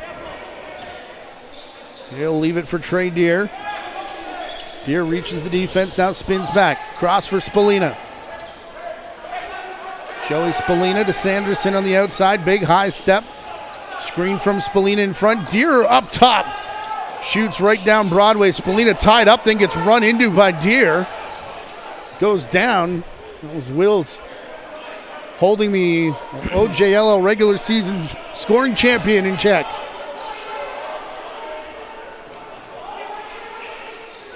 Firth across to McPherson now. Peyton Booth wants it, open up top. They give to Lubinecki in through the middle. He stops up and shoots. O'Toole with another save. Rebound, however, to Hamish McPherson, who goes straight to the crease, accepted the return pass from Sheehan. And now Booth picks it up. He'll elude Ron. Beach is doing the right things. Just can't get frustrated about the goaltending. Lubinecki up top.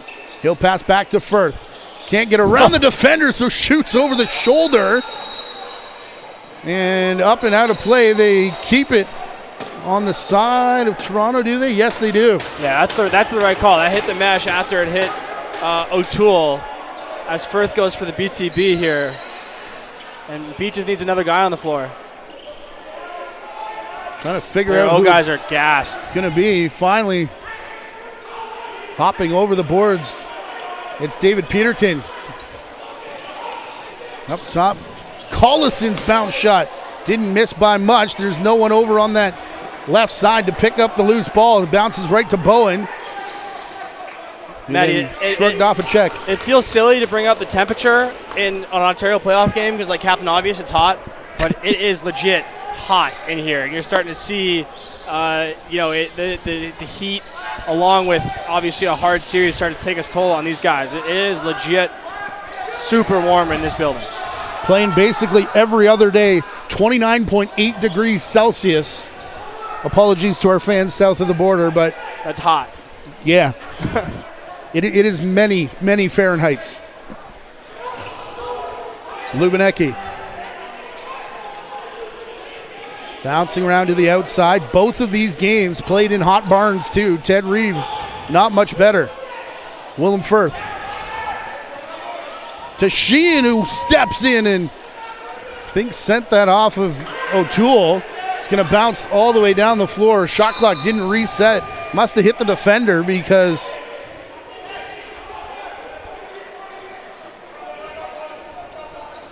trying to figure out what happened there. It looks like it is going to be Orangeville ball as we pass the halfway mark of this third period. 9 minutes to go and desperation time for Beaches. Liam Matthews. Horseman. Spallina sets the screen. Sanderson as it comes back to Matthews. Over top of a double team off the end glass. Bowie Horseman back to chase for it. Sheds his man. Looking to pass the entire way. Gets it to Matthews, who stops up. Shoots through traffic, and Kazik makes the save. What a save. Had the dagger on his stick, and Kazik knocks it away. Yeah, and the clock is obviously working against Beaches rapidly here. How can you find some pace? How can you find some transition looks and try to get this thing at least to 2 or 3 before the final minutes?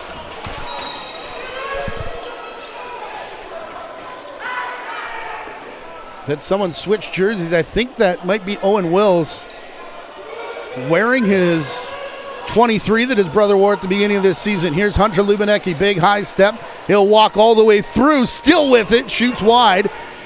Posturing up along the boards. There was Peyton Booth. Boy, how good has Donnie Scott been in this series, Matty? Just seeing him in the right place in the right time. Orangeville's got 4 D guys out here, plus Spalina. Give it to the Italians. Here is Spalina. Bouncer off the end glass. So it's not Wills wearing number 23 as he comes in now. Collison shot from long range.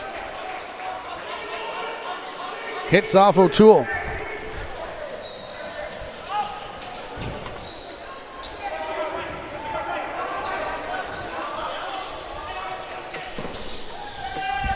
Outside shot, another save for Kazik. This will not be an over and back as it comes off the rebound. And just like that, look at the clock again. It's down to 7 minutes and 20 seconds. 2 minutes gone in a flash. Yeah, Orangeville should pull these out. They should just. I know it's early for this, but if I'm Orangeville, I'm in full clock management mode here. And I think you're going to see a lot of D guys playing up front here for Orangeville. You see Ron coming out late, Long on the floor right now. They'll go back and cut the break here, I would expect. Cole Barnett out on that offensive possession. Quick change. Teeple was headed back as we get a stoppage here. Kazik calling for water. Yeah, excuse me. I said Ron. I meant Cole Barnett, but you could see him just working to the ball there. Probably our last water break of the game, you would expect here. So got to draw up as much as you can. Coach O'Connor's got some decisions to make as well regarding 6-on-5 here. Expect them, they're not going to go quietly. We're not quite at that time, but, don't be surprised if you see a goalie pull here at 4 or 5 minutes left in the game just to try to get 1 or 2 and get yourself back into this thing. Yeah, can't sit even anymore for the Toronto Beaches. Season on the line. You called it earlier on, about halfway through the season, that this has been one that seen a little bit of everything all across the league, really. Yep.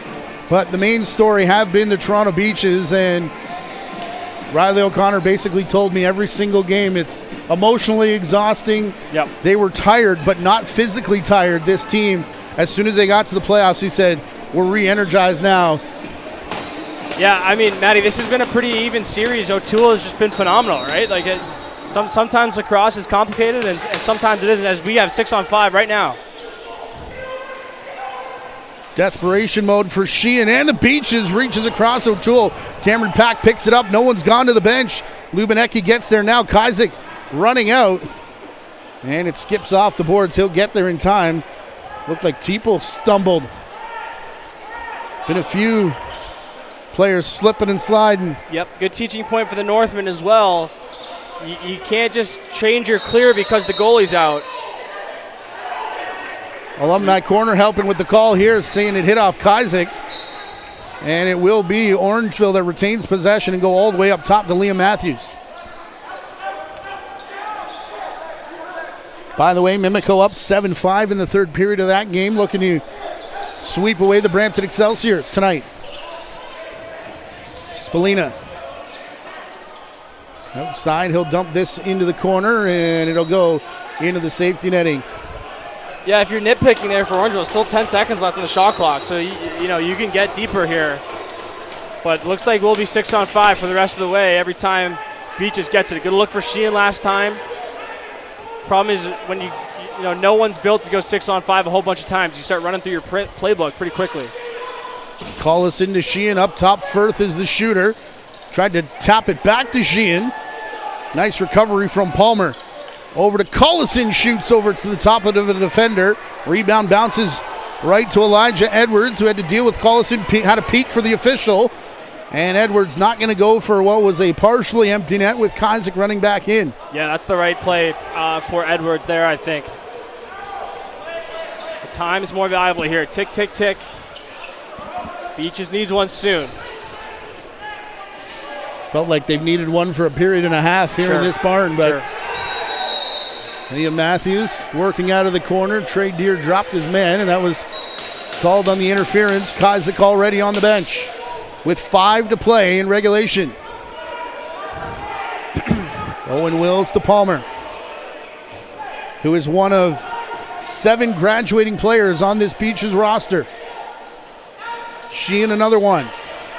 Up top, Willem Firth faked low, went high over top of everything. And Costigan couldn't keep it in the crease. It's going to roll out to the outside boards, where Palmer goes and sets a hard check on Nate Ruff.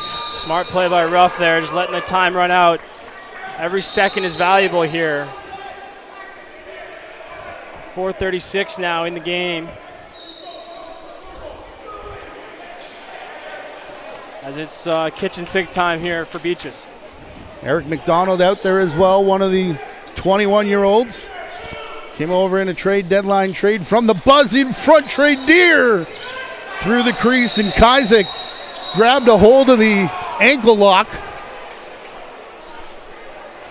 Didn't sit well with one of the defenders in front, McDonald, and I think the officials are going to discuss here what they're going to do. Trey Deer probably going to get one of those penalties. I thought they signaled, for a one-on-one. So I think Kaiser probably get one served by somebody, and then Deer going to the box. I think they'll get somebody on Beaches here. Was that 5 for Ruff? Rusty Kruger wants to know why. So does DJ Cleveley.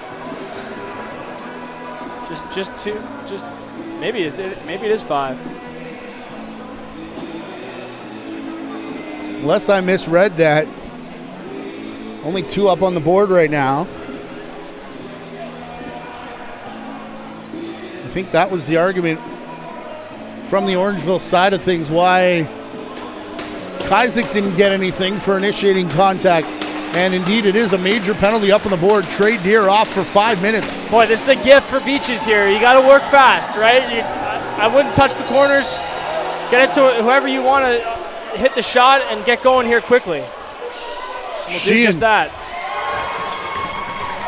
Was a quick one, and this means that Kazik doesn't have to come out of the cage the rest of the way. Firth was tied up with Spalina. The official had to jump between them, and Teeple goes down again on the near side. Collison bringing it in. Boy, who can solve O'Toole here? He's just had an answer for every look that they've given him. Firth to Palmer, cutting through. Oh my goodness. And held on the post by O'Toole. I thought for sure that was behind him. I mean. Then Donnie Scott throws it away back into Beaches territory. Yeah, and he gets pulled off the floor quickly. You got to fall back to your fundamentals in the big moments, right? No need for a scoop shot there. Scott's been absolutely incredible in this series. Collison to Sheehan. 2 more of those graduating players, perhaps just over 3 minutes left in their junior careers. Firth for Sheehan. Down to Palmer in the corner. He'll fire it off the pad. Sheehan racing after it, as was, Elijah Edwards, and it's going to bounce away right to Nate Ruff.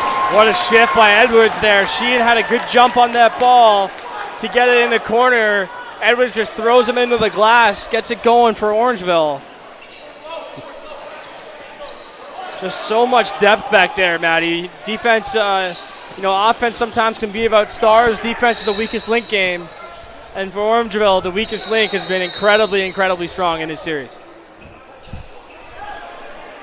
There's stoppage here. I believe it's a timeout, Matty. So Beaches will take their timeout here with 2:37. If nothing else, I think this is just to give their guys a breather. A good shot by our camera crew there.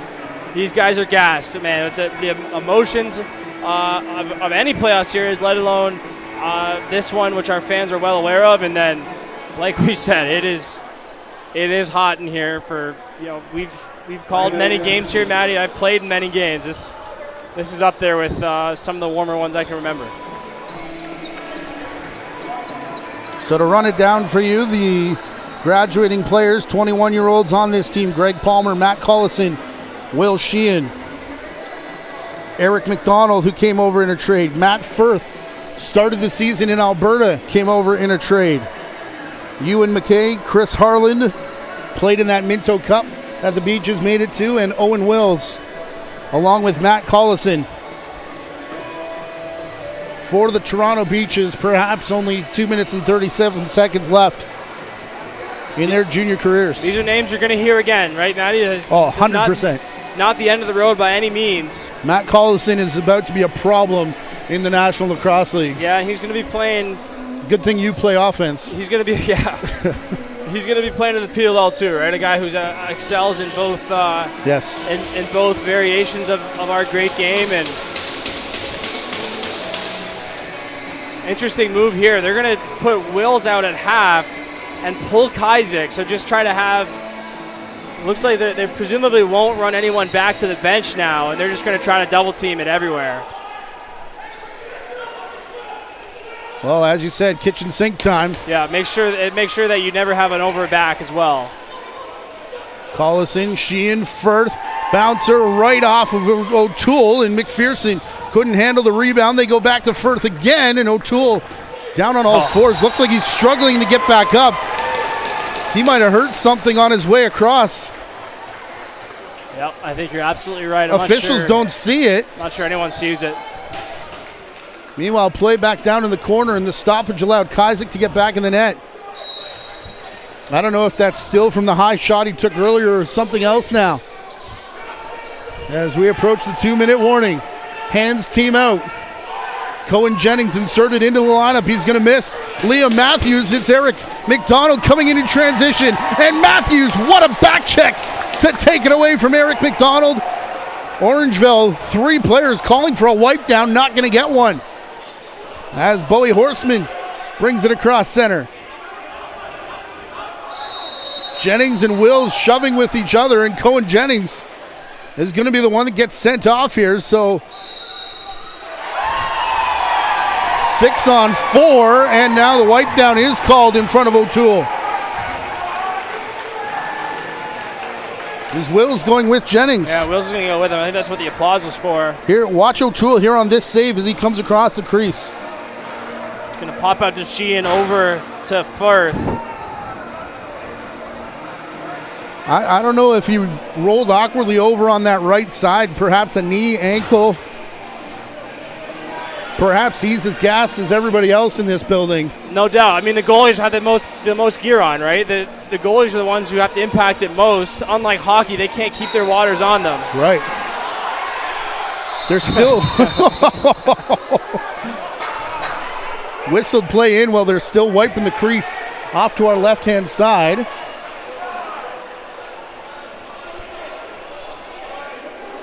Direct. Kids are going back out now. They're taking their time. Yeah, they wiping the whole zone. I wonder if someone didn't say, hey, yeah, hey, get it all, buddy. I wonder. Get every spot you can find. Take the full tour of the tour of the Ville out there. You want to talk about lacrosse IQ starting young, Danny? That's a good example. 6-year-olds learning clock management. Aiden Long backpedaling in his own. Yeah. He's going to get stuffed before center. Caden Hewitt and Ewan McKay force the 8-second count. David Peterkin will throw it up here to Palmer. I mean, a minute and a half. We need 5 of them on the side of the Beaches, though. For sure not going back for Kazik now. You're staying out there. Better worse. Here's Sheehan around the screen, was looking to the crease for Palmer. He's got to go high to bring it back down. Sorry, this is Palmer here. That was Booth in the corner earlier. Collison back looking for Booth, and it's intercepted by Long. Staring at an empty cage and one defender. Kazik comes out. Desperation attempt, and it's not going to matter.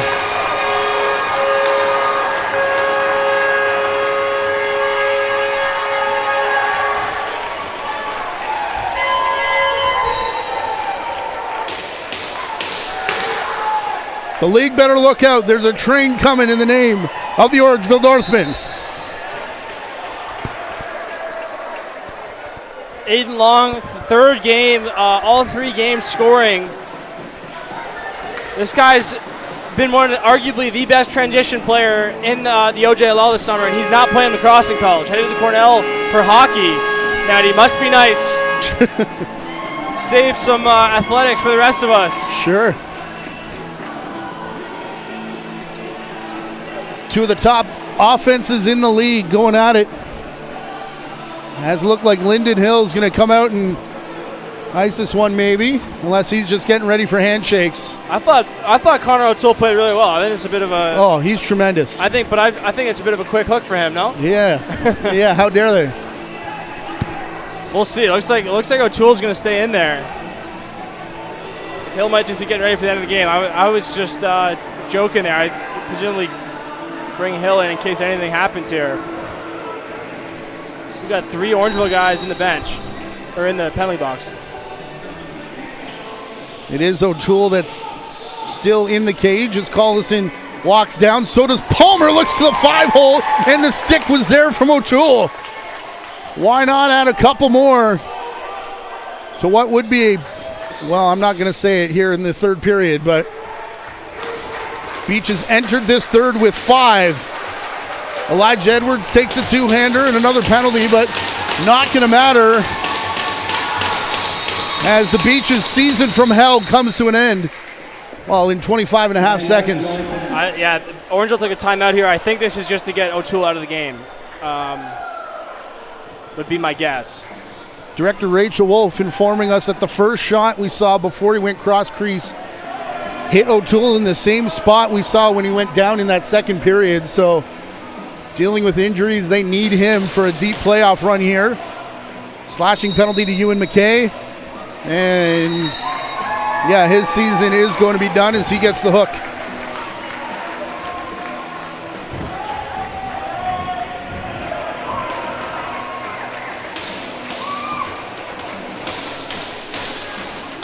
(11-5). And Tony Rose can feel it. Matty, you and I have traveled far and wide in Ontario this summer calling these games, and our goal has been throughout to keep it about the lacrosse. These Beaches players should be so incredibly proud of how hard they fought. 1,000%. Both in this series and throughout the summer. And I would think, you know, I said it before, I think there may be another head coaching award coming to Riley O'Connor and his staff, the way that they handled everything that happened with regards to the Beaches, kept their players focused.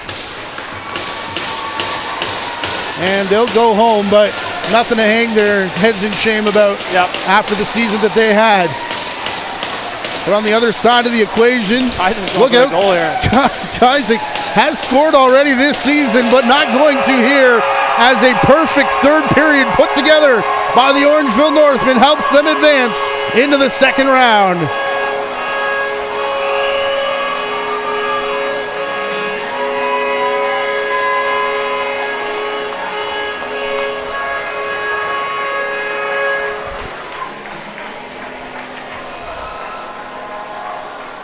Social media was calling for a sweep before this series. I don't think they saw it happening on the side of Orangeville. Yeah, hard to exactly kind of put it, everything into context of what we just watched, Matty. What an incredible 3 games of lacrosse. As is so often the case at the highest level, didn't feel like a sweep, right? No. Each game was contested. 2 teams were very evenly matched, and as you see O'Toole and Kajik, just what warriors those 2 guys have been. They were both tremendous throughout the series, but I mean, we don't hand out hardware at the end of this series. Sure. It would have to go to Connor O'Toole, I would think. Yeah, absolutely. And, I think the legend of Connor O'Toole, at least for the summer of 24, will only grow, right? This Orangeville team is certainly going to be a tough out for anybody that has to take them on. And certainly in this building, as has proven so many times throughout the past to be the case, an exceptionally hard place to win games. Well, as good as their offense is, and you think of all the guys that contribute offensively, 8 different Orangeville Northern players scored tonight, combining for those 11 goals. Liam Matthews with a hat trick, Dylan Sanderson, and I mean the rest are kind of Aiden Long, Cohen Jennings, Trey Deer, Bowie Horseman. They only have 1. Yeah, it's it's unbelievable. And how many of those guys are 21 years old, right? Or close to it. This is a veteran group. This is a team that looks like other Minto champions look, right? This is a good team, and I'm just it was an honor to call this series with you, Maddie, and watch an incredible series of lacrosse, and excited for what else we got in store throughout the rest of the summer, especially starting with tomorrow night in St. Catharines. The Athletics will have a chance to end their series with the Burlington Blaze there. It's an 8 p.m. start right here on the OJLL YouTube channel. Before we go, one final time, the graduates of the Toronto Beaches, Greg Palmer, Eric McDonald, Ewan McKay, Will Sheehan, Matt Firth, Chris Harlan, Matt Collison, and Owen Wills walking off the floor for the final time as junior players, but as you said before, lengthy careers ahead for both of them, or all of those players, excuse me. On behalf of my partner, Jonathan Donville, for the JVI Sports Network, Gary Morrison, and Colleen Grimes for the Ontario Junior Lacrosse League, our director tonight, Rachel Wolf.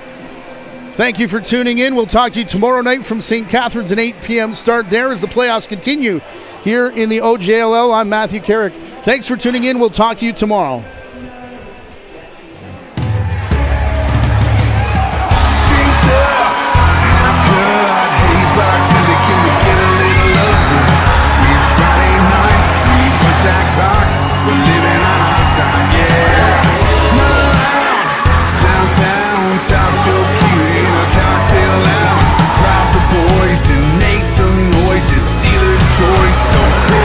Place of poison. Pick your place.